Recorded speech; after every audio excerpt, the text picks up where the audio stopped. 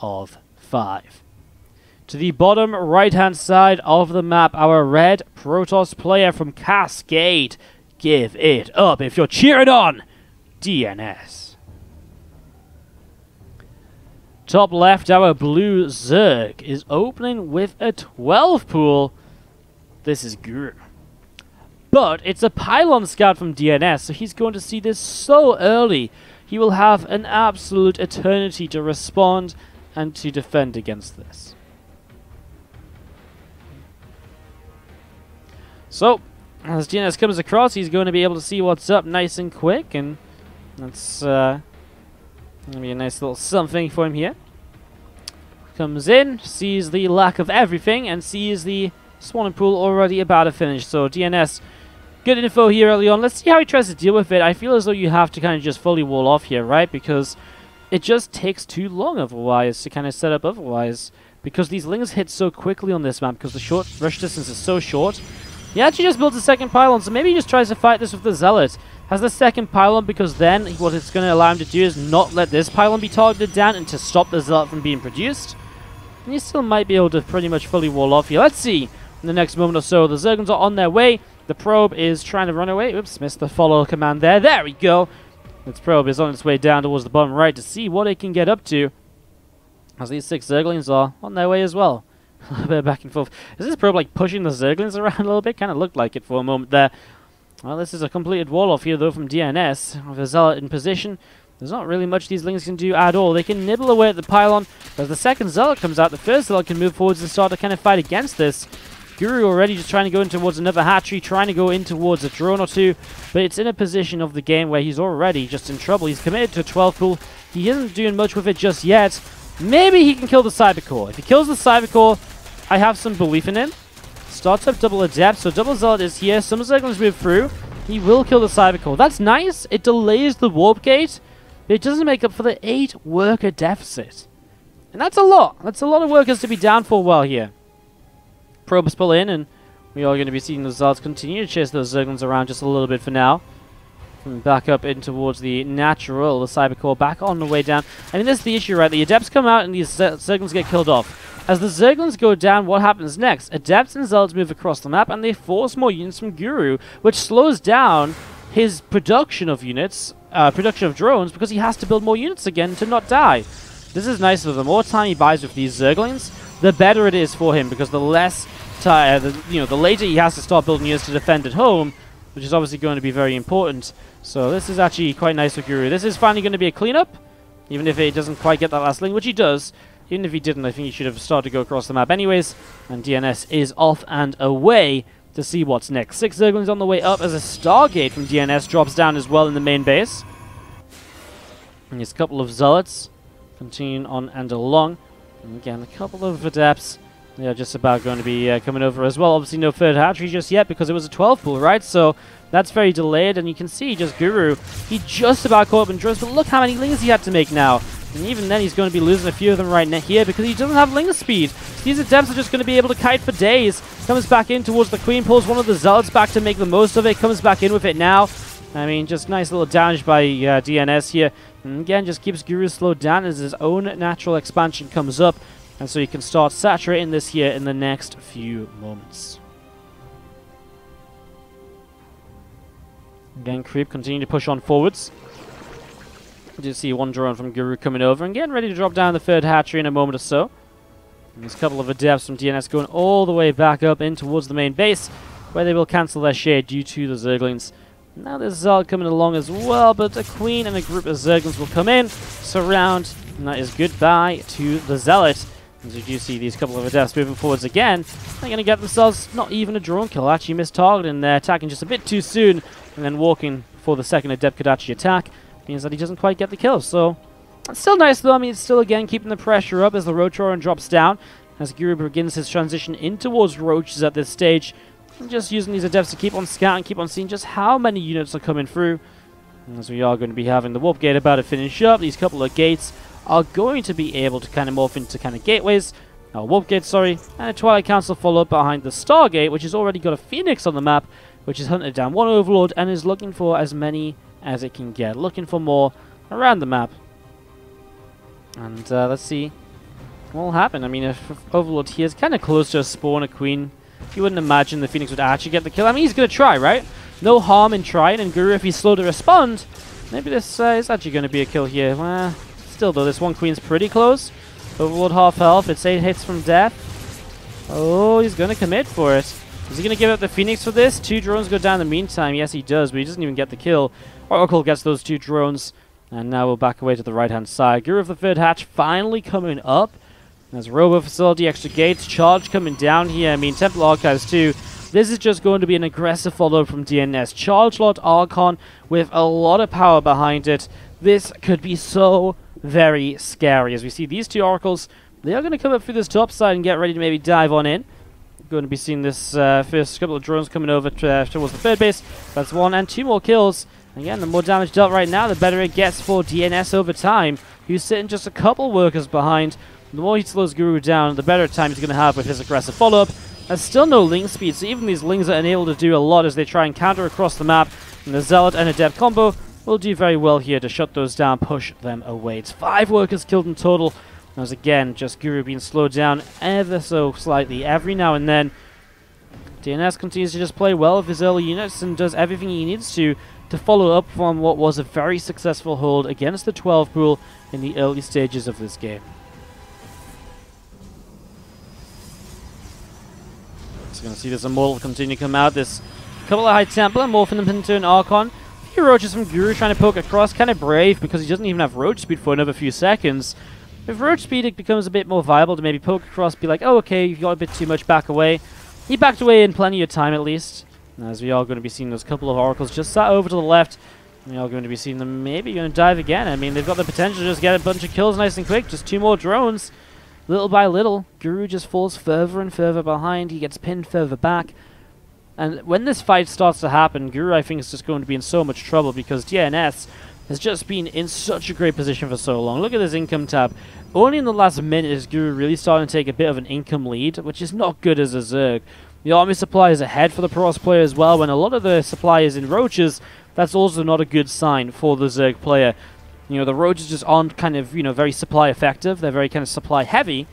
And so, if you've got equal supply in roaches against Protoss army, you're generally not in a good spot. And so being behind in supply, not great. And obviously Zerg would like to be a bit further ahead than they actually are at the moment in terms of the worker count as well. Again, just another few drones going down. These Oracles have been heroes. 7 kills on one, 5 on the other. We do the math live on stream here. 5 plus 7. It's 12. Yes, I know. Thank you very much, guys. You can calm down the applause in the chat for the successful math on stream. But yes, 12 kills between them, and obviously pretty much every one of those was a drone. That's huge. I mean, it just slows Guru down so much, right? Gotta say though, one thing Guru's got really nice is the creep spread is all over the map, and it's one thing that DnS has done nothing about. Because he hasn't had a Wall Prism, he hasn't had an Observer early, so that is one thing that Guru has going his way. Maybe it buys him the time in these larger engagements to kind of keep himself alive or so, as we do see a few Roaches will pull off over to the left-hand side, a few Hydras sitting up the top as well. Zealots, Sentries, Immortals, and Archons are pushing forwards here, and we will see these first few Zealots taking quite a bit of damage. Pulling all the way back down to the south side, we do see the army just gathering together once again. Storm on the way up. I mean, DnS is not overcommitting too quickly at all. He's just saying, yeah, if I sit back and just wait a little bit, this is just going to be completely fine for me. This is going to go exactly how I want it to. So army gathers together once more and continues to get ready to keep on pushing around as these units just set up to see what is next. What's up, Not Retsec, coming in for the Twitch Prime sub on the channel, by the way. Give us some love in the chat for Not Retsec. Welcome to the family. Thank you for your Twitch Prime sub and supporting the content we're putting out here on WardiTV. Greatly appreciate it. And the Psystorm finishes. Guru is about to attack. Let's see how this one goes. Robo Facility coming in on DnS, a second one over on this side. Some Ling's going to try and hit this left-hand side as well. DnS not immediately in location. He just warped in elsewhere, so can't actually warp in defensively. Has to cancel the 4th base.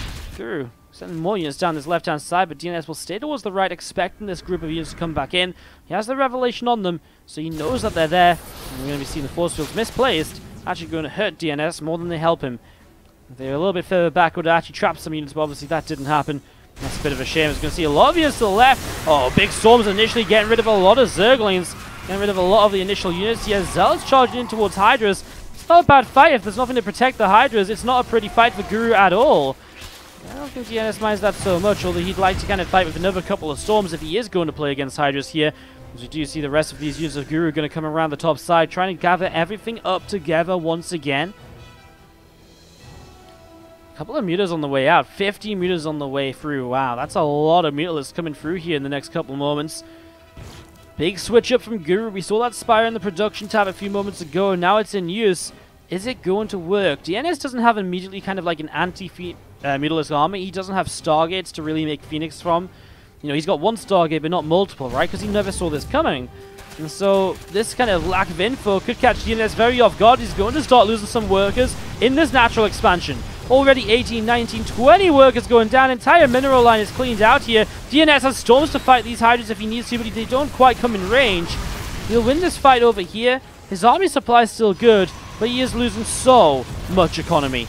One or two Archons in the main base to help out. How do you actually continue to fight against this as DnS? Because the meters are just jumping from base to base to base. As we are going to be seeing the meters going to go back in towards the main. It's going to be seeing 43 workers killed. That's absolutely insane. Good Storm there. And with these Archons in the main and the Phoenix, he will start to clean out a couple of these Mutalisks. So some damage is starting to be done to the meter count. But is the damage already done to the economy of DnS? 24 probes to 75 drones. DnS is in this position where he kind of needs to win this game with the army he has already. And that's not really going to be easy. He's coming over to the right-hand side once again. Another few Zerglings going down. It's going to be seeing another couple of connections on those Mutalisks. Creep still pushing around through the center of the map. More creep down the left-hand side as well. +2 attack is seconds away from finishing up here. And we are going to be seeing these Archons and Immortals pushing up through the center. We're just going to come around in towards this base as well, see what else they can do. A few of these creep teamers being cleaned out once again. Revelation to keep track of meters. Unfortunately, the stasis ward doesn't work in the sky. Otherwise, all those meters may have been trapped up at the moment. Ling is going to lead the charge forwards. That's something the stasis ward does work against, but it's just going to catch a few on the left side. DnS coming in across the map. Does he have enough to fight? The meters are in high numbers. If he loses a few of the Archons to kind of initial wave of Hydras or so, maybe he'd be in some trouble here in terms of just lack of anti-air. He's got some Storms in the army as well still. Lings across the map will continue to do a lot. He's starting to deal some damage. We're going to see the Spinecrawler wall starting to become very important. Here come the meters. Storms on top of them wherever he can just to help out. Is it enough though? I feel as though now there's just not enough anti-air. The Storm numbers are running out. There is no Archons left over. The meter switch was just a little bit too powerful here in this game. And Guru is going to pick up game number 1 of this best of 5. Game 2 of this best of 5 grand final as Guru leads 1-0. Let's see if DnS can bounce back. To the bottom right-hand side, the blue Protoss player, of course, therefore, is DnS, representing Cascade as his team. Let's see if he can bring some Protoss victory to the Go4SC2 Sunday, an event which is so frequently dominated by Zerg, because we have players like Laser, Nurture, and Sunutu play so frequently and do so well. Raynor as well lately, too. As to the top left-hand side, the red Terran player is indeed Guru.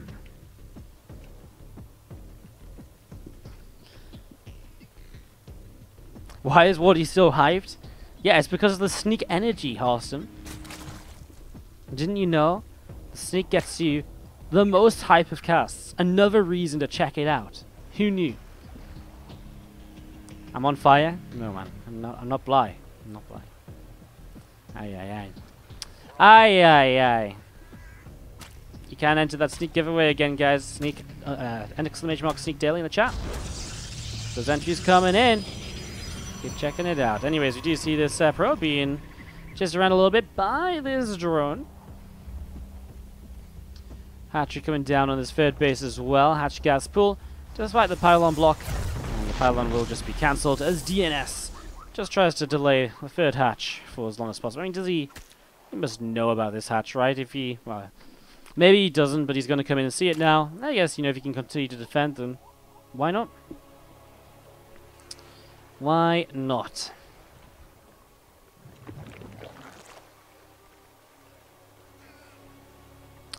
You're going to be seeing the third hatch just coming in the end, though. And DnS just keeping up some information for a little bit longer as a Cybernetics core will come down to the front. I mean, plain old PvZ opener for the first 2 minutes here. No real surprises, nothing too crazy.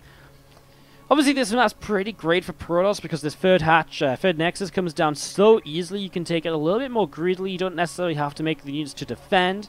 So that is something that can definitely come into play here in the build orders and how you kind of set up. And maybe allows the Protoss to be a bit more aggressive while still taking that third Nexus. And of course, in general, this map, very large, is actually a pretty good map in terms of when lurkers start coming out because you've got a lot of space to work with. On the 5 bases, you can defend very well with lurkers. There's not a lot of, not a lot of direction to kind of rotate them around, and lurkers work so well in this kind of centralized area as well. See if we get to see some lurkers coming into action here. After kind of keeping an eye on, on the Mana Guru series earlier in the semi-finals, we didn't cast that, but I had it on my second screen. There was a lot of lurkers starting to come out here and there, so definitely something we could see more of potentially coming through. Going to be seeing these Lings just chasing down this Adept, which tries for some info, doesn't want to die, puts himself in the corner, trying to juke and jive, trying to dance his way out of it, and he makes it in the end. He makes his way back out to the center of the map, so able to get back into the middle, and is going to continue to shade around as we see a couple more gateways on the way up.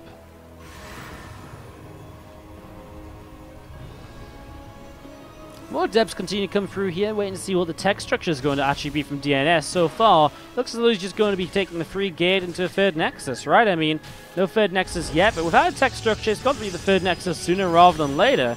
There's not even a Twilight Council to back up a lot of gateway units, right? So, obviously there will be at some stage, but my prediction would be to take this third Nexus nice and quick, then throw down some of the tech, start building up in towards, the resonating glaives and so on. Takes his extra gases already, though. How interesting. What does he do with all of this? Is that a robot I saw being queued up? Oh, the double Stargate follow-up. That's cheeky. Very cheeky. So, the double Stargate follow-up, back in the day, used to be all about that Phoenix follow-up, and it's still very well maybe about the Phoenix. We'll see if DnS wants to change it up and go for the kind of Oracles, which we saw a lot of towards the end of 2017, of course. 2 Stargates on the way. Let's see what they can do as we see a depth shading across. So he just wants to make sure he has enough units to defend while he then does go, and he does go +1 flyer attack. So he will be going for Phoenix here. Guru makes a lot of Lings to defend against these Adepts. Let's see what can happen now.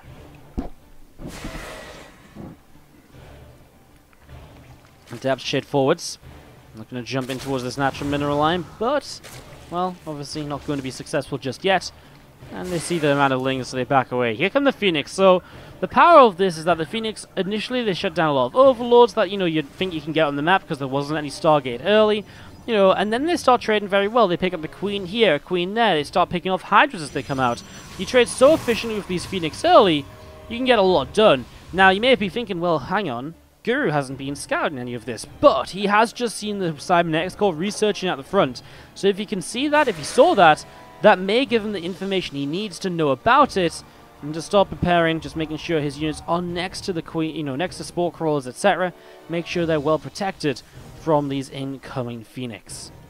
And the Phoenix count is continuing to rise up here. We're already on 4, the 5th and the 6th in the production tab, and at the moment Guru is not being shown these Phoenix. DnS is keeping them hidden for just a little while longer, as long as possible.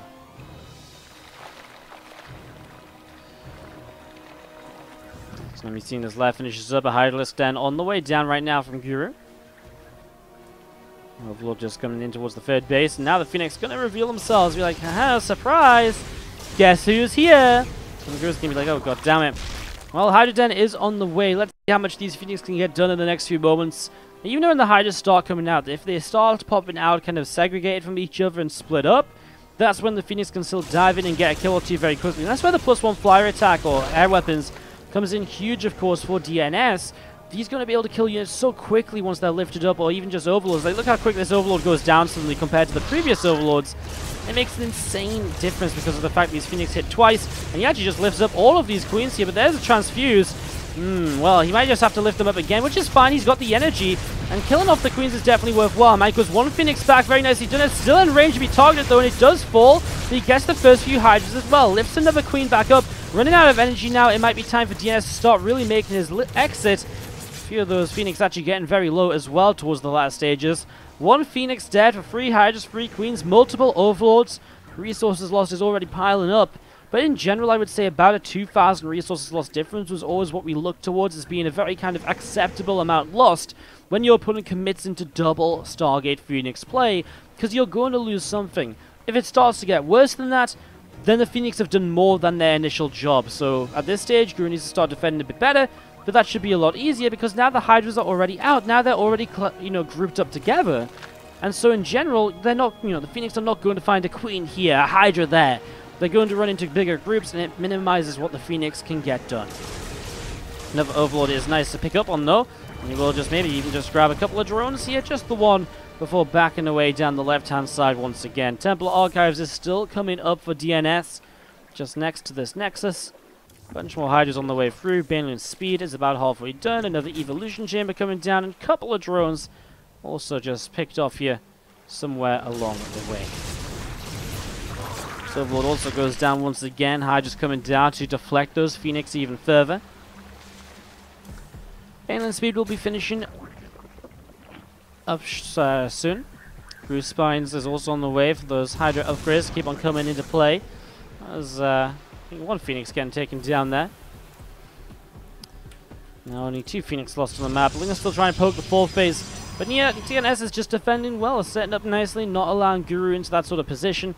And it's just going to stop Guru from doing too much damage here. Again, if you just joined us, this is the grand finals of today's Go4SC2 Sunday. But if you would... it is DnS who leads 1-0 in...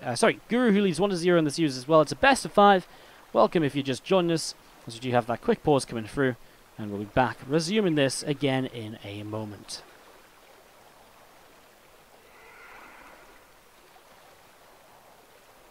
Any second now, I believe.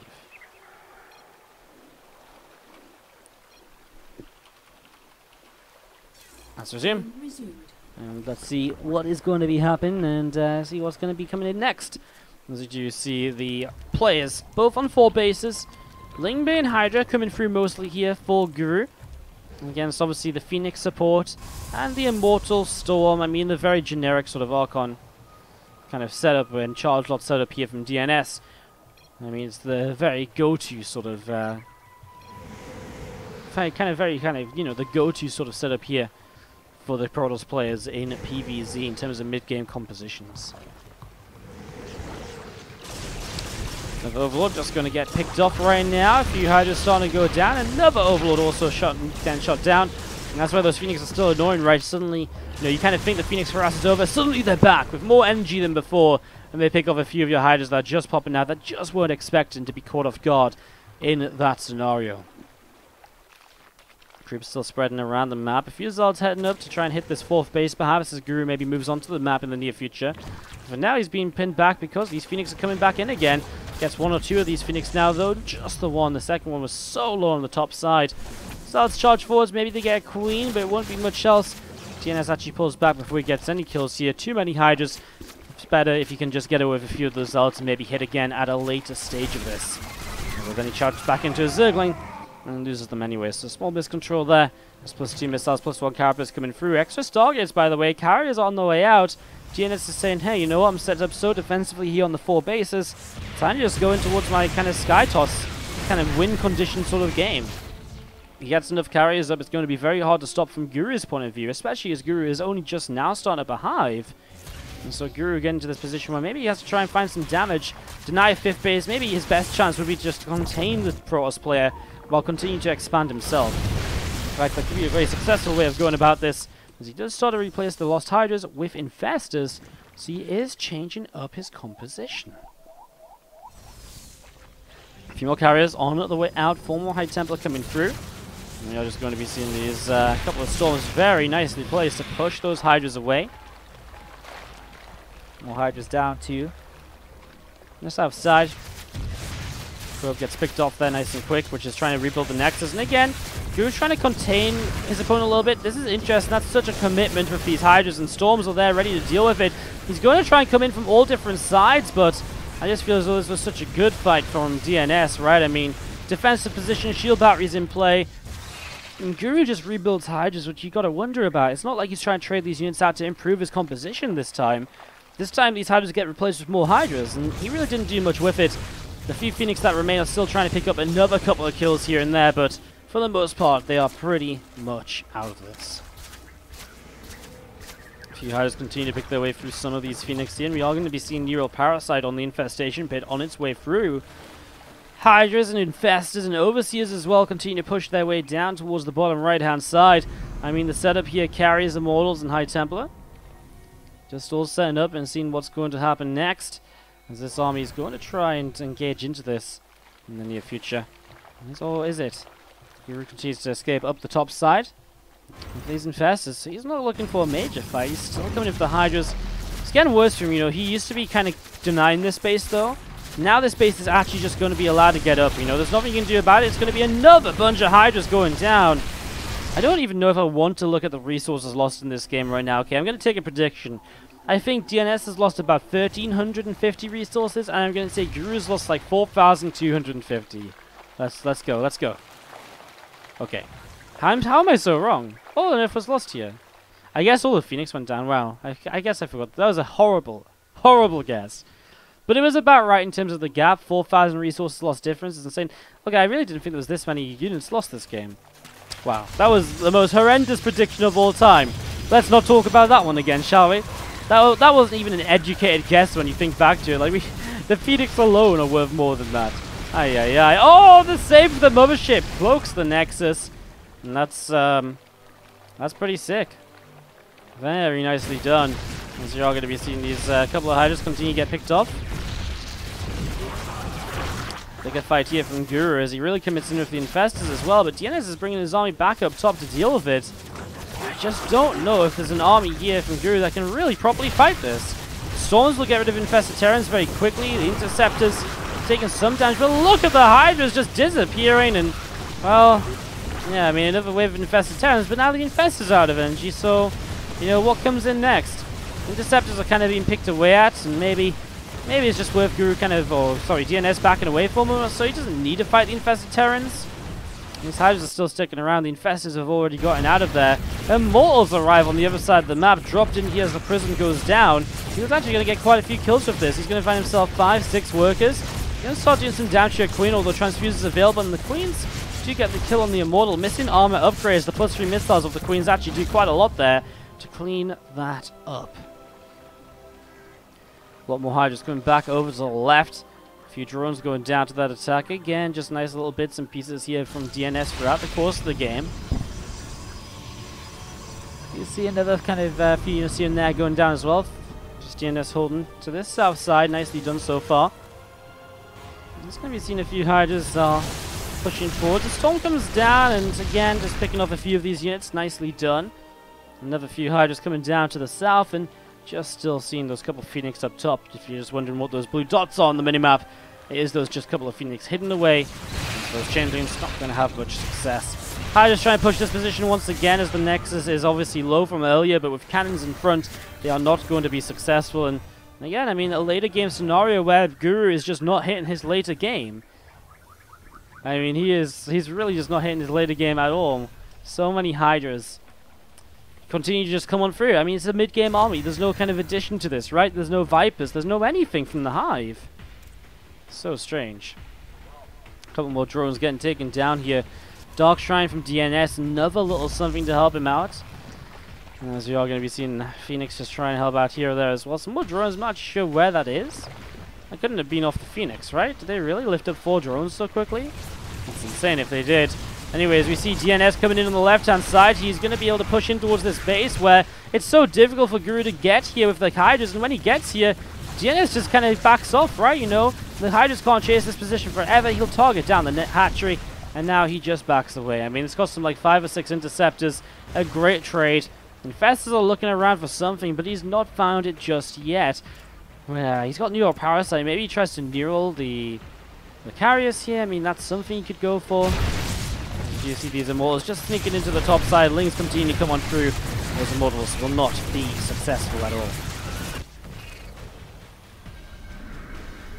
This army once again is positioning, and well, again, I think the Neurals have to be something he looks towards here, but obviously one of the biggest issues is going to be maybe just the fact that he needs to get rid of the Interceptors as well. Maybe he wants to fungal those? it's difficult because right now it feels as though any option from Guru isn't really a great option. But that's his own fault. You know, he has not improved this composition for so very long. Just sat on Hydra infested for what, like, how long in this game? It's been an insane amount of time as we do see Ling's Hydras coming in over this side, and we do see the units just able to push that back so easily. A Hydra counterattack down here gets rid of the base. DnS pulls his probes back nice and quickly as well. Again, jumping onto that overseer, that gets taken down. It's just weird because Guru's had the bank, he's had the ability to rebuild. Look at that resource loss tab getting further and further apart. As we're going to be seeing this hatchery. It's picked off up there once again. A couple of change-ins getting picked off here once more now, still pushing forwards. A couple of time orbs coming down. He feels as if this might be the fight. The Hydras go so far forwards, the initial storms are great. Interceptors pick away a little bit more as DnS just backs off. He's got more carriers in production. Just kind of shaving away a little bit at a time at the moment. Putting himself into better and better positions.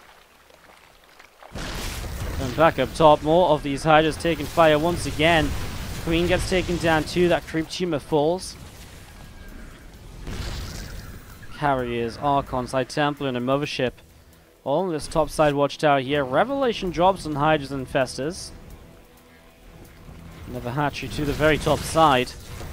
We're now going to be seeing just a few interceptors going forwards and feedbacks. A few of these kind of just out of position Infestors here. Pathed around the wrong way, unfortunately. DnS, calm, steady, patient. Just waiting and waiting as we're going to be seeing him attacking forwards once again. A few Infested Terrans going down right away. Nice storm on top of a bunch of Hydras already. Coming back in here, I mean, you can just see how this fight's going. DnS is losing absolutely nothing, maybe like 1 or 2 Archons. Not sure why he's really backing away from the fight at all. I mean, he loses really barely anything. Guru's lost 45 supply. Whoops in a couple DTs. I mean, I guess you can argue he's playing the safety game, but at this stage, there's not even a safety game to play. This game is just his through and through. Guru does not have an army to fight this carrier force. He's not interested in building an army that can fight this. He's just massing Hydras again and again. And every single time he fights with them, it's just unsuccessful. DT's split up and Guru sends a lot of his army back to start dealing with this. A few drones go down, and in the meantime, DnS uses it as a chance to jump on this base in the north. He takes that down so very simply and so very easily. And DnS maybe even can push on further forwards again to make his way towards this hatchery as well, though. The Hydras are starting to get back in position over here. This is 50 Hydralisks against 14 carriers. The 9 Infestors as well from Guru. It's just an impossible position that he's put himself in. I'm going to stand by it again and again. It's a position that Guru should not really be able to win from. DnS has more bases than Guru as well. He has a 7k, 4k bank. Guru is actually struggling on minerals because he's struggling to get more bases up. He's not like that's how uninterested he is in building a gas-focused army. He's got a larger gas bank than mineral bank. That doesn't usually happen for Zerg players. It really doesn't. Revelation drops down again, and again DnS is not going to jump on this. He's just going to keep on playing the long game, but yeah, he's just going to be well, slowly dying, getting choked out. Here we go. Maybe a larger fires. The Infestors are nearby. My Templars are here as well for storms, for feedbacks. The Revelation is good on everything. Sees all of those Infestors. Now he's going for the feedbacks. He gets one already. Even if the Hydras try and stop this, he just storms them, right? And now DnS continuing to push on forwards. This is a few interceptors. He stormed obviously a few of his own interceptors in this, but well, this time DnS continuing to push on forwards a bit more aggressive than he did before.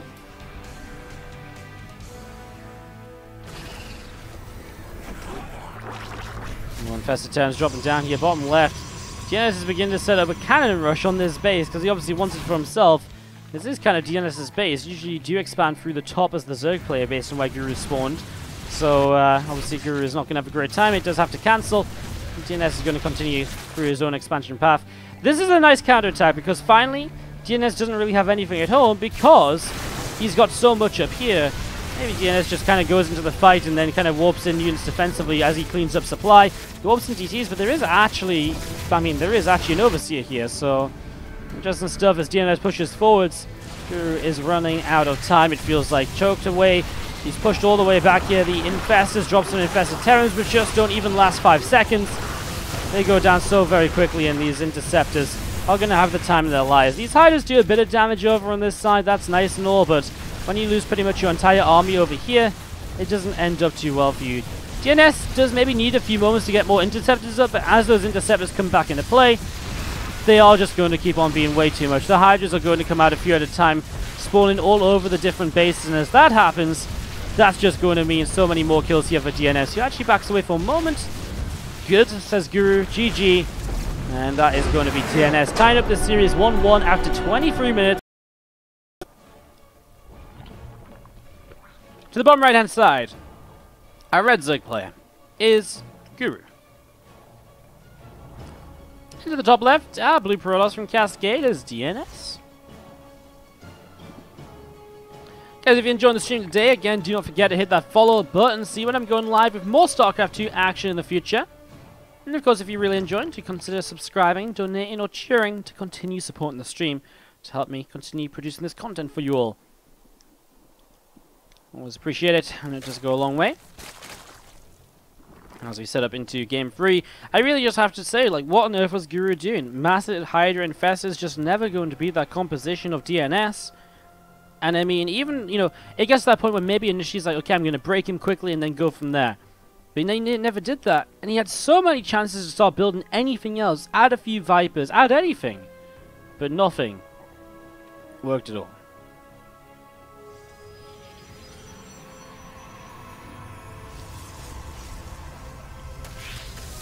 Nexus first here from DnS is going to go unpunished as he goes into a second gateway. Is this Nexus first? It isn't. And this is double gate just off the back of a gate Nexus course. So kind of reminds me of his game against Stefano earlier, though, where he did open Nexus first. This time it's going to be the second gateway that's building up. It isn't actually really in sync with the Cyber Core at all, though. So he's only going to have one Adept out for now. We'll see how much more he makes in the near future.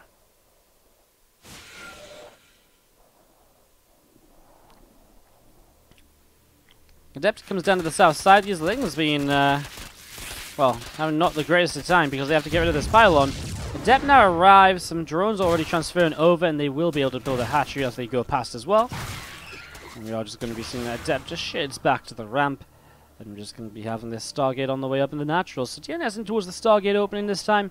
No real surprise there. Obviously a bit different from what we saw in Backwater. And Abiogenesis as well, because it's actually, I guess, the most normal game we're going to have so far, the most standard. Abiogenesis was made weird by the 12th rule. Backwater was that double Stargate play. This time straight up in the standard, Oracle on the way out. Nice and quickly.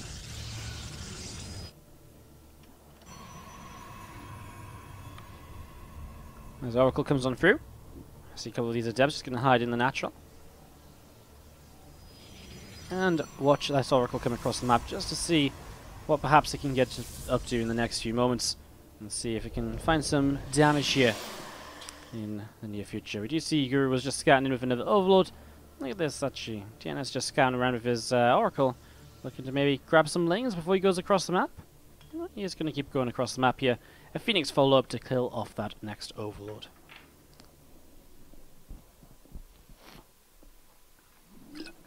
So Oracle is about to arrive down here. He's going to be able to push in towards the natural, sees the hatchery. Not much to see. The lair will be the biggest thing to scout at the moment. Sees that already on the way up. As he just goes into the Twilight Council without a second Oracle coming through, the Phoenix gets his first kill. And we'll go on the map to try and hunt for more. There is one Overlord very far forwards here. There isn't really any others around the edges or anything. So we'll see if DnS is able to find it. It's not the most common locations to spot, and you can see he's going to go past it, but only after he goes through such a, you know, kind of large loop anyways. Here come the first Adepts. 5 of them going to try and get some more units coming up. So it's going to be already 10 Lings on the way out. Hydra 10 on the way. We'll see how many more drones Guru builds from this stage onwards. He is going to add on a few more already. So this is just Lings to deal with this initial attack, and then Hydras to follow up as well.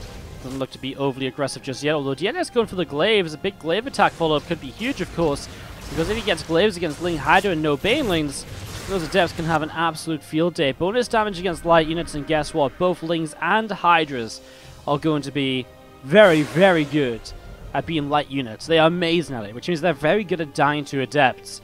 So let's see how this goes. Blaze finishing up soon. Only triple gateway, but he's already on 11 Adepts. He's kept building them throughout here, which means that DnS can pretty much get ready to go across and to get something really done in the next few moments. Lings come over and they will be able to try and come in and actually get surrounded with some Adepts that just warped in. Oracle will come in to help defend this Nexus and it will be okay. It means these Adepts can continue shading across the map. He won't quite find the Hydras here, but he will shade straight towards the third base and already he's going to find himself a Queen. Hydras start coming in. He should just be able to turn and fight the Hydras if he wants to. He may just go for drones and then shade on top of the Hydras instead, or just shade into the natural. I mean, continue to find workers. He actually cancels the shade. We'll back away to the left-hand side. DnS. Could he have gotten more done there? Maybe. Did he do enough anyways? Yeah, potentially as well. I mean, it's already a good fight. He picks off 6 drones, denies mining time. And he keeps this spread up. Look at this. 5 more gates. Warp Prism. I think you realize there's Ling Hydra. Okay, buddy, let's go. This is not looking great for you right now, Guru. And this definitely could be a killing move by DnS in the works right here. A big big Adept attack, just continued Adept production. I mean, there's a point where the Lings and Hydras just don't really win against that still. Even if you get a lot of Hydras up, even the Adepts just hit a critical mass before the Hydras hit critical mass, and that's kind of the issue. Especially if you involve some sentries. You know, suddenly you have a bunch of sentries and force fields included. It gets even worse for you, man. The sentries are a big part because ideally, obviously the Zerg has Banes, and if the Zerg has Banes, you want to try and force field them out. Now, Bane Nest is very late though, and even if Banes do come through, they're going to be so slow that the force fields are going to be amazing because there's not going to be centrifugal hooks in play. And so, again, everything looking absolutely pristine for DnS right here in Game 3. As he was down 1-0 in this series, but right now I'm really favoring him to maybe take this 2-1 lead and take it on to match point already in this best of 5. Feelings run into the top side, and they are going to try and get rid of these couple of Adepts, and Oracle will come back in as well, and will just about be able to save the day. Nicely done there. There's going to be seen Adepts and sentries starting to push forwards already. The Overlord taking some damage. First couple of force fields coming down. I mean, you can just see it happening, right? The Hydras die so quickly. Yes, they put out a lot of damage, but they're just so fragile, especially against the bonus damage that these Adepts get. It's just not going to be anything for Guru to properly defend this. The Adepts will commit their shade on top of those last few Hydras, on top of these drones, and this is DnS marching through to a 2-1 lead in the best of 5 grand final today. Short and sweet compared to that game number 2. DnS. If Guru takes it, we go to a game 5. To the bottom left-hand side of the map, our red Protoss player from Cascade. Give it up for DnS.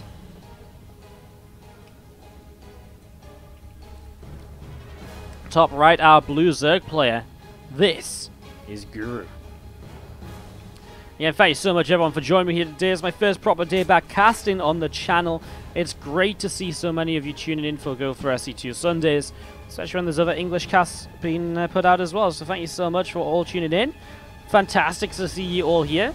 Very glad that you're all part of this with me. And yeah, I'm going to be casting pretty much every day this week. I've got some events coming up, being planned out.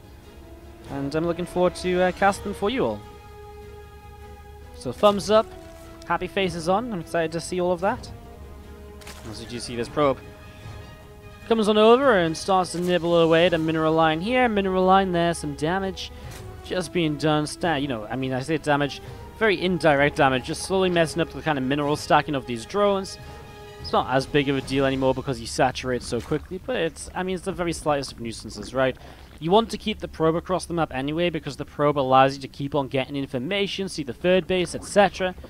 And when you, of course, when you kind of get to see all of that, you know, that's good information for you. And so you may as well try and just delay drones from mining a tiny little amount here and there whenever possible. What's up, Aurora? I'm never going to say your name right, I'm sorry.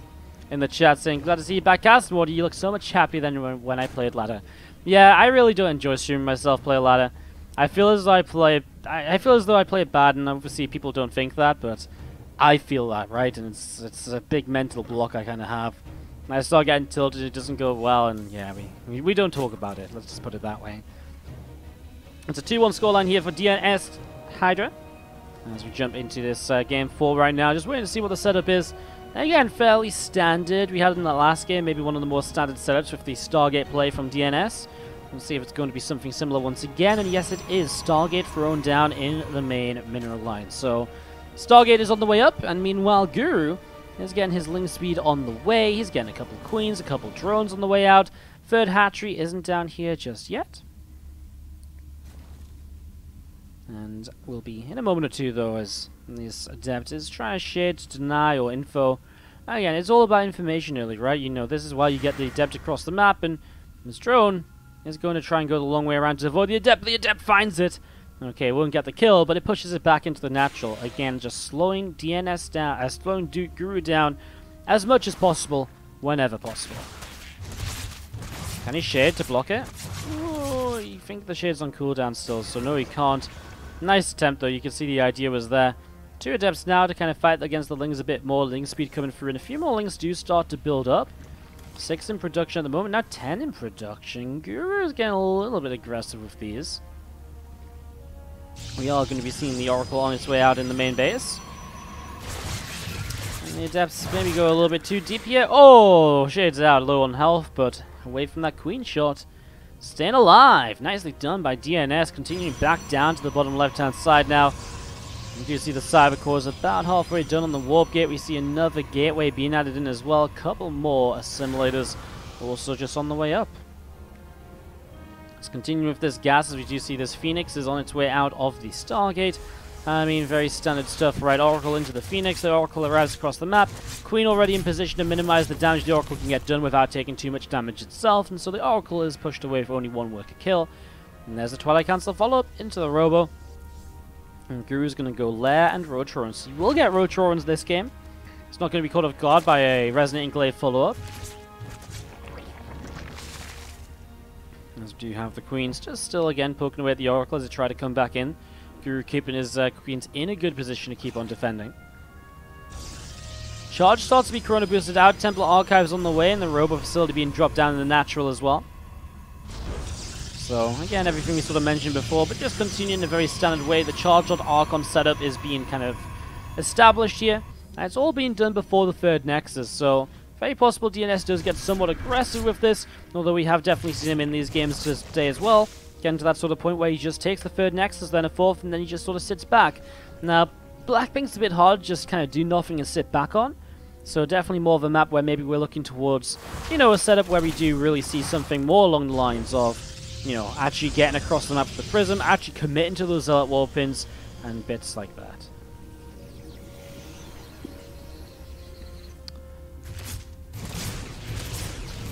No problem, Aurora's fine, but if you want to, just, if you want, but Aurora's taken.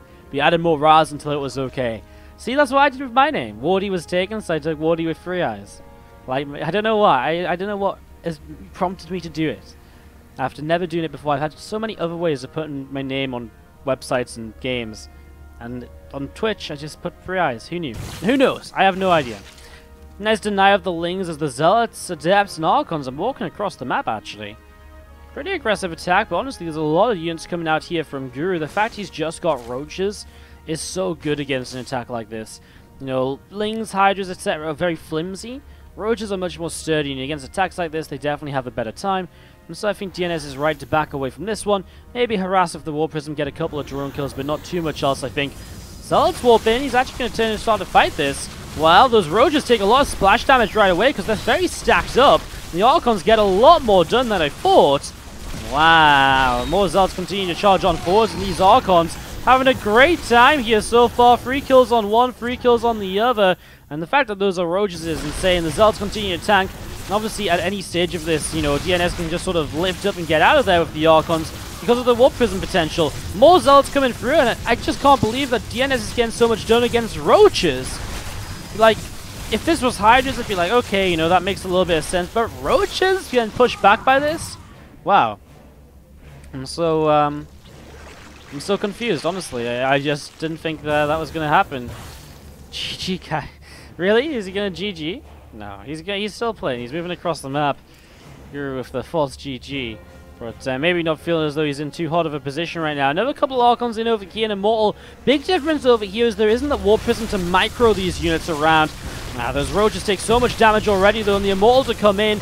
I mean, the Immortal just chunks its way through Roaches, of course, and We do see the Warp Prism has to come back though. More roaches coming across as Guru is just spamming those roaches consistently here. These Archons can maybe shut down some of these roaches that are lower health.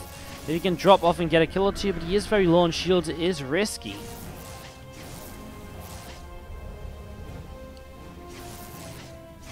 As we see this Oracle continuing to push on forwards and is going to be able to get another couple of kills. Guru dove so hard with these roaches, and I mean, he went so hard on roach production. He cut drones for a long time, and there was a while that DnS was ahead in workers. That's why he's had this income lead. And it's worked out wonderfully for him, as we do see those roaches going to try and come back down to the south side. This Oracle just kind of keeping tags on it, and I mean, the Archons are back across the map, finding an Overlord here, Overlord there. I mean, bits and pieces add up in DNS's favor. As more Archons and Immortals come out at home, there's no way Guru's going to do this in a roach-based army, and that's why he throws down the Hydralisk Den. We are going to be seeing the Groove Spines coming up. But I mean, you know, well, that's great and all. It's still kind of, you know, there's still kind of issues with it. As, oh my god, some of these drones are so stacked up. 4 workers going down. Oh, Queens! Well, actually, get the Warp Prism kill. That's beautiful there from Guru. Able to get rid of those 2 Archons. That's a fantastic pickoff. Another Oracle down to the south side. 12 more Hydralisks on the way up. Guru is going to be coming out from the main base, and we are going to be seeing DNS. It's going to be, well,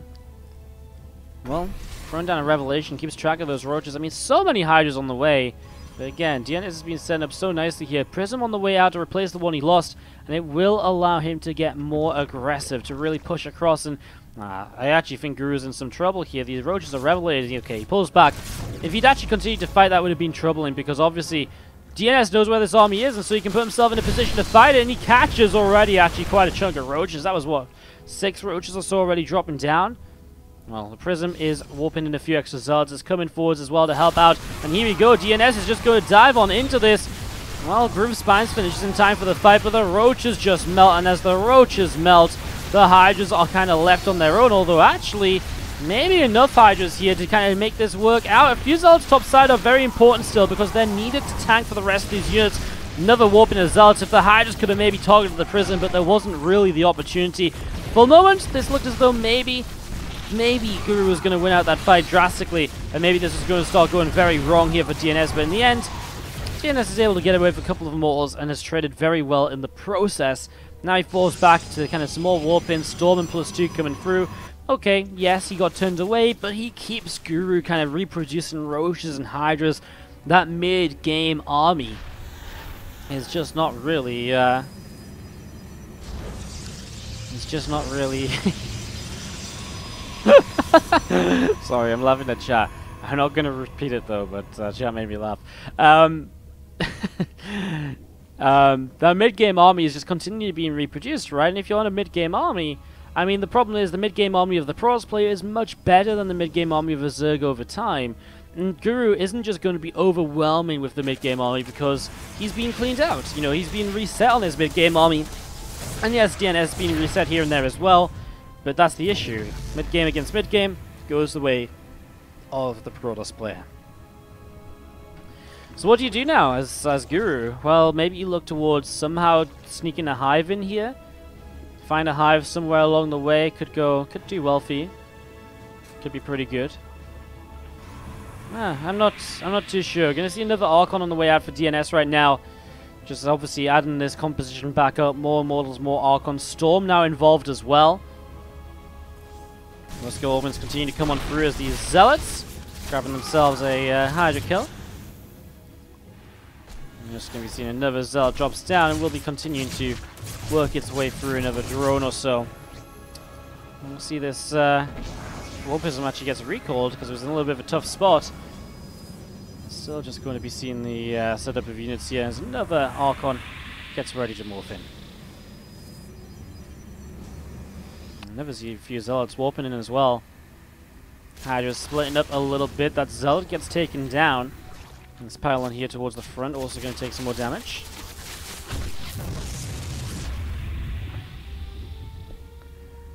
It's going to be seeing Hydra's and Overseer coming all the way around the top, and this Hydra's going to be able to split themselves up nicely. Maybe this is going to be a bit more difficult for DNS than it was before.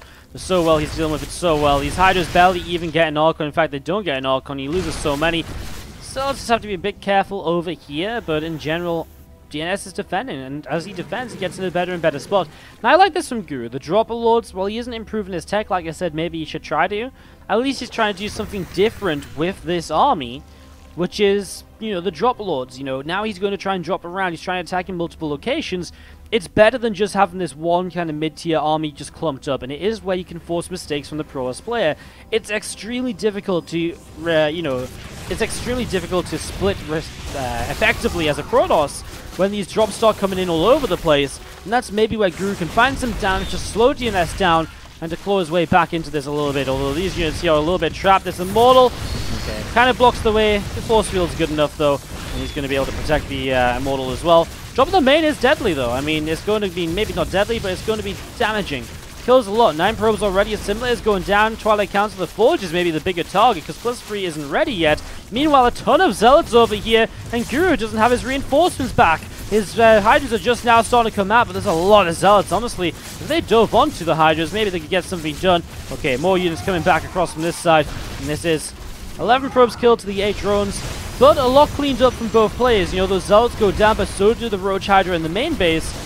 DnS has a lot of money left over, and that's one of the bigger differences. As he spends his money, he'll be maxing out, whereas Guru is struggling to kind of have enough money to spend. He's really out of gas at the moment. He's really out of gas at the moment. Well, Hydra's still sat towards the center. More Hydras to the south side. Shield battery and a cannon here. As we will be seeing, the cannon does go down.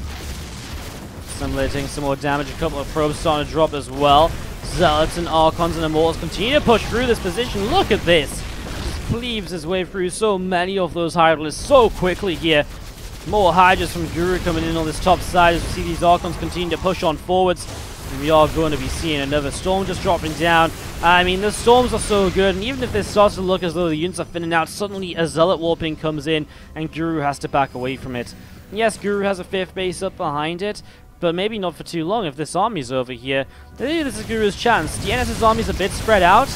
You know, there's a lot of units over here, and the reinforcements are still kind of sat at home. Maybe this is Guru's chance to take a good fight, but when he's attacking into the choke points, the Storm's available. I mean, this is going to be the moment too. I feel as though he should be saving the Storm for this kind of larger group. This has to be a recall, right? Recall out of there, see what he can save. 1, 2 Immortals go down, and the Archon. But I think it's better than nothing. And he gets to the base, denies Guru's 5th. Still has a Warp Prism on this top side as well. He can take his own 5th base over here as well if he'd like to. And there it is, dropping down. And that Nexus comes down. A couple more cannons being placed, a pylon as well. And the Zealots of DnS going to go up to the top side to see what is next. More Hydras coming over to this left-hand side. You see Immortals, Archons, and Zealots. I won't do too much just yet. I'm going to jump on this. Love this. Just another kind of Zealot counter-attack. Nice pull-in from drones of Guru. Maybe it would have been better to hold position them than actually fight because it messes with the AI a bit more. In the end, he loses 12 drones because of that. This attack does commit on in. Zealots start charging forwards. Still an army to the right-hand side as well, but DnS has plenty to turn that one away. And this is going to be... those Hydras pushed all the way away. Although all of a sudden, again, I like this. Guru is kind of doing a good job of suddenly kind of like, you know, kind of taunting DnS into a location, which is like, aha, look, you can take this fight. And suddenly it's like, oh no, you can't take this fight. This is actually really bad for DnS. Look how many Immortals he's going to lose. Absolutely everything. Those Archons going down as well. Wow, that was actually devastating for DnS there. He had no reinforcements, no Warp Prism in position. He went a bit too far chasing those Hydras, and Guru punches him forward. And it's moves like that are allowing Guru to still play on this mid-tier, lair-based army that should not really be working. What's up, Andy Man in the chat for the cheer 200? What's up, man? Thank you so much for the cheer, the bits. How you doing today? Hope you're doing well. Good to see you, mate. Good to see you. It's been a little while. There's a Warp Prism into the main. Zealots will drop off and start to hunt down a couple of those drones already. 4 workers going down. Starting to chase down a queen as well. We're just going to be seeing another drone. Nearly gets picked off, but not quite. Hydralisk does go down as well. And those roaches and hydras get rid of those zealots. So they'll get picked off here. As we're going to be seeing another few zealots, another high temple again set up. This zealot gets taken down. And well, This is the sort of counterattack which DnS can deal with very well, but this time he's learned his lesson. He doesn't chase it too far away in case there's another massive wave of Hydras waiting just up north for him. This time there wasn't, but again, DnS doesn't know that, and it's what's been kind of keeping him himself pinned back on kind of this immortal Archon army rather than maybe throwing down Stargates and having the money to just switch up straight to carriers. Storms are very scary, and it is something that Guru respects greatly as he backs away from that fight instantly over here. These Hydras are in a position where maybe they could have been picked off, but DnS doesn't quite find them in the end. Spire on the way down. I'm actually a bit scared if a Spire comes into play. Guru's kind of surprised Mutalisks back on Abiogenesis. Suddenly there's 15 meters and they killed like multiple mineral lines, forced DnS to be all in, and DnS wasn't able to really do much about it. And it's a very similar scenario here once again now. Let's see how this plays out. And Spire's about to be finishing up in the natural expansion. Hydras and a Roach coming all the way over to the left. Roach is over here. We're going to see these units taking down that pylon in the center as well. And again, those Zealots just chasing down the Hydralisks, scarping one of them. 13 meters on the way again. DnS just doesn't know about this. Dropping the main base that DnS has to deal with somehow as well. Maybe he just recalls into it. Does he have recall? I mean, recall might be on cooldown. Since some Zealots instead, there it is. Recall coming in. And the Zealots on the other side. Actually, he's going to get a really good surround on those units. A great storm too. It's actually a pretty quick cleanup by DnS. But now the meters are on the way out. His Guru's play starting to work out for him here. That's what we are beginning to wonder. That's what we are beginning to question. 19 Mutalisks on the production tab. This game is not over yet. The meters are seen by some Zealots initially. There's a couple of cannons around. First High Templar coming over. The meters aren't as big of a surprise as before, as on back in game number 1 on Abiogenesis, where they suddenly just killed so many units. We'll be seeing what? So a lot of work is going down though. Twilight Council got killed earlier. Rebuilding it now, probably because he wants to get Blink up. Get some Stalkers on the map to help out. He is starting to build some Phoenix as well. Starting to deal with this. You're going to be seeing a few Stalkers warping in. Shield batteries helping out a lot at the moment. Archons in the main, love that. I mean, look at the damage it gets done on a lot of those Mutas. Wow, that Phoenix now is able to get rid of some of the lower health Mutas that got splashed by the Archons. Phoenix has to back away, but I think that's a really good defense. Yes, 28 probes go down. The DnS didn't lose a base. He kind of held on very well. Now a lot of lings from Guru. Roaches and Hydras in the center of the map. We're 20 minutes into this game. As these Zealots turn to fight once again, we're going to be seeing the War Prism lifting up these Archons to get them off the other side of the wall. And Twilight Council came back up, but isn't being used just yet.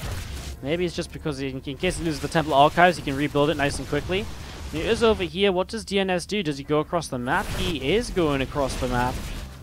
I kind of wonder if there's enough here for kind of from Guru for DnS just to kind of consider actually just turn to fight, right? I mean, if he can fight this army and kill a lot of it, look at those storms.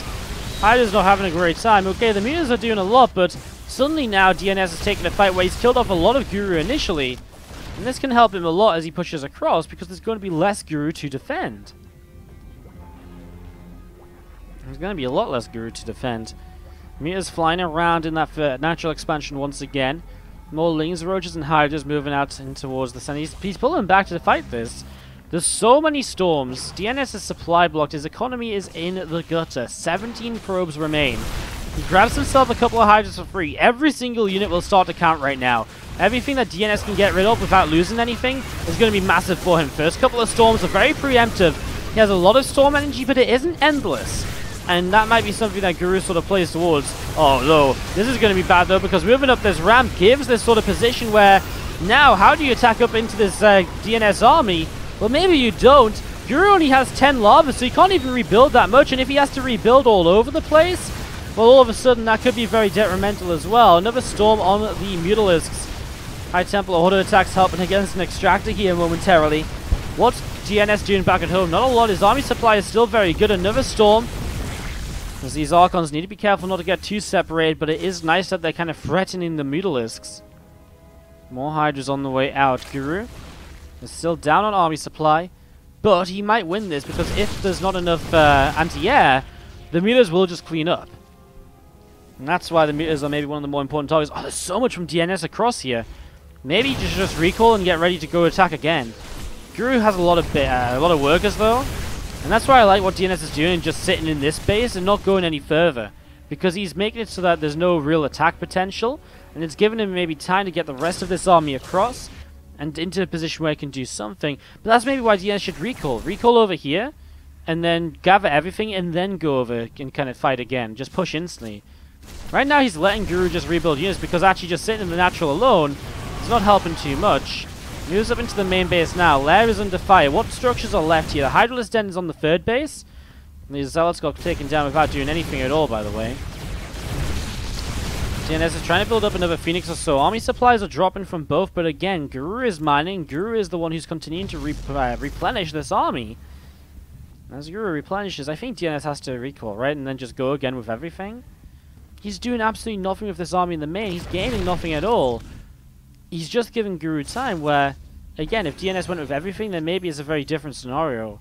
Maybe he was afraid of recalling because of the potential kind of damage just coming through. And there we go. Now he's going to try and come over. A couple of changelings over here. The meters going to the top side. DnS has 23 workers. You can see the income's obviously been very Guru favored. Resources lost in this game, 47.5 to 44,000. He's coming back over, finding themselves a chunk of probes over here. 6 workers going down. Stalkers, Archons, Immortals, and High Templars. There's so much more anti-hate here than before, as this might turn into a full-on base strike sort of move. And remember, at the moment there is not going to be the recall available for a couple of minutes because he just used it. Love this though, the Phoenix Titan shield battery does a lot, and those meters take some heavy losses. The meter count goes low, then DnS can maybe start to take more of a straight-up fight. The meter count staying high is one of the bigger issues here for DnS because he needs to be able to clean it up at some stage. This is not a good fight for DnS at all. He was in a horrible position coming back into this. The storms are very good for him, and towards the latter stages it looks better, but Guru is just pulling DnS all over the place, and he's really looking to push us into a Game 5, which would be on Eastwatch. These meter switches from Guru have been saving him in games that he just has no right in being in. I mean, he was in such a terrible position in the mid-game, played Roach Hydra for so long, not really doing that much, but keeping DnS from attacking him. And eventually he just gets to the point where he's like, aha, suddenly 15 meters, and the game completely turns on its head. DnS is dead now. I really feel like recalling a lot earlier, getting out of there. As Guru taunts DnS a little bit here, perhaps.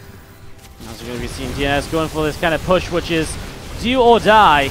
I mean, the storms are very good. The Hydras drop very quickly, but is there enough to deal with the Mutalisks afterwards? I really don't think so. And as DnS has nothing left, it's GG. Guru takes game 4. We're tied up 2-2. 2-2, and to the top right-hand side, it is our blue side player, Guru. Tying it up both games so far because of the Mutalisks. Can he find the answer to the mutas? Our red Protoss to the bottom left from Cascade is DnS. And it really has truly just been the Mutalisks that have been the bane for him, because I feel as though the games have been going fairly well for him otherwise. So very, very interested to see maybe what happens now to try and even things out or so. Let's see as we set up into this. It's going to be a little while until something happens. It is Eastwatch, a very large map. It is a very, very large map. Probe coming across, getting ready to scout and looking to see what will happen. Honestly, if we have a long game, longer than the others, it's very possible here on Eastwatch. Just such a map where you can take 4, 5, 6 bases while not being attacked into. I wonder if we finally see Guru play some Lurkers. You know, we haven't really seen Lurkers for so long. Did he go Lurkers any game this series? I don't think he did. It'd be nice to get that fixed up and to see. Mic is super crackly. Let me just replug it in quickly. It should maybe fix it. Should be good.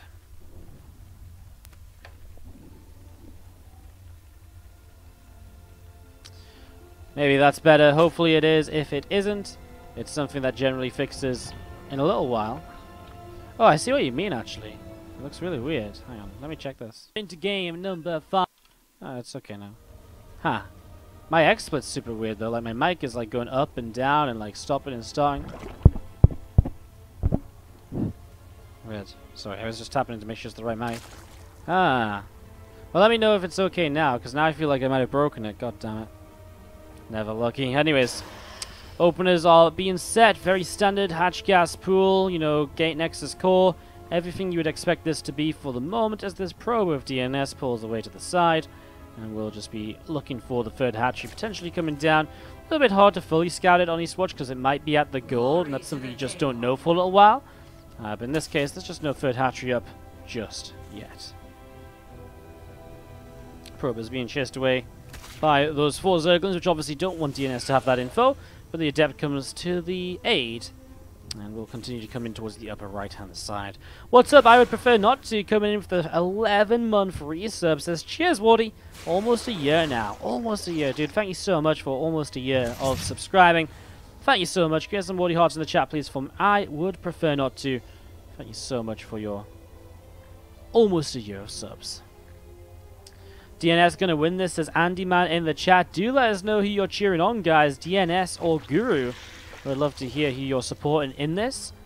As we do see a Phoenix coming up, a Twilight Council dropping down in the back of the main base. And we get set up and ready to go. The Ward is going to be chased by this Phoenix here initially. And we're just going to be seeing a pylon coming in at the front too. Just continuing to do some little bits and pieces of damage here. Robo facility coming down as well. And we are going to be seeing that Overlord picked off. Nicely done by the Phoenix. Couple of Adepts coming forwards, and well, some Speedlings here will start to get us around, but they're shading backwards to the Adepts, and so they will get out of there alive, if only just one of them got surrounded there at the last moment. As we are going to be seeing a few more gates added in. Charge already on the way up, and DNS with a Robo facility also about halfway done. Looking pretty aggressive with just pure charge. He's pulled out of gas mostly. He's just going to go for a big gate all in. I think he's kind of sick of these games of Guru where he just pulls them apart and runs around all over the place. So, yeah, let's see what's going to happen. Let's see if this attack from DNS will work. Obviously, it's the Stargate initiative, but just a Phoenix to deny Overlords and scouting information. Can Guru figure this out? He's playing so greedy, by the way, Guru. 45 workers, it's fine, but he's going to lair without a Banner Nest. He's going no Rotorin as well. It looks like he's going to play Ling Hydra. This is what he died with on Catalyst. Obviously, it wasn't quite the same build from DNS, but it's the same idea, where the Ling Hydra itself is not very sturdy against all-ins or aggressive attacks. The Lings and Hydras are just so fragile to these units, and, well, here we go. And you know what, Guru is backing away with the Lings at the time when he actually, at most importantly, should be over here trying to see what's going on. DNS is getting ready for this big attack. Some Lings are not going to see... Okay, they see it now. They see the Warp Prism. So Guru has a bit of an idea, but he's making more drones. Did he see it? The Lings continue across the map. Now I think he actually does see it for real. He starts up more Lings. He starts up another Overlord. The Hydralisk Den isn't even ready yet. Is there a way for Guru to defend this attack? Well, the Zeds use their charge chasing some Lings. That's not amazing as a start off. He needs to get up here and start targeting down some of these Queens, so they're not going to be as much of an issue. Wow, that was a long charge. He needs to get the Queens. Getting the Queens would be huge, because if he gets the Queens, it keeps the Prism alive, and the Prism is absolutely essential right now, as we're going to be seeing 20 drones falling. I think you can just see that DNS is winning this fight out so very easily. The Queens can't get in range of the Prism anymore. The Lings are gone. The drones are gone. Hydras are on their way out, and maybe now they get the Prism. No, they just walk underneath it. So lucky, says Guru. TT says DNS. DNS is going to take home today's Go4SC2 Sunday. A nice long cup for us today. 4.5 hours. We're treated to a fantastic final here as well between these two players. As we see another couple of Zealots just warping in. And this is 26 drones down the drain. GG. Full-time pro gamer, says Guru. DNS takes game 5, 3-2. He is the champion of today's Go4SC2. Congrats to him.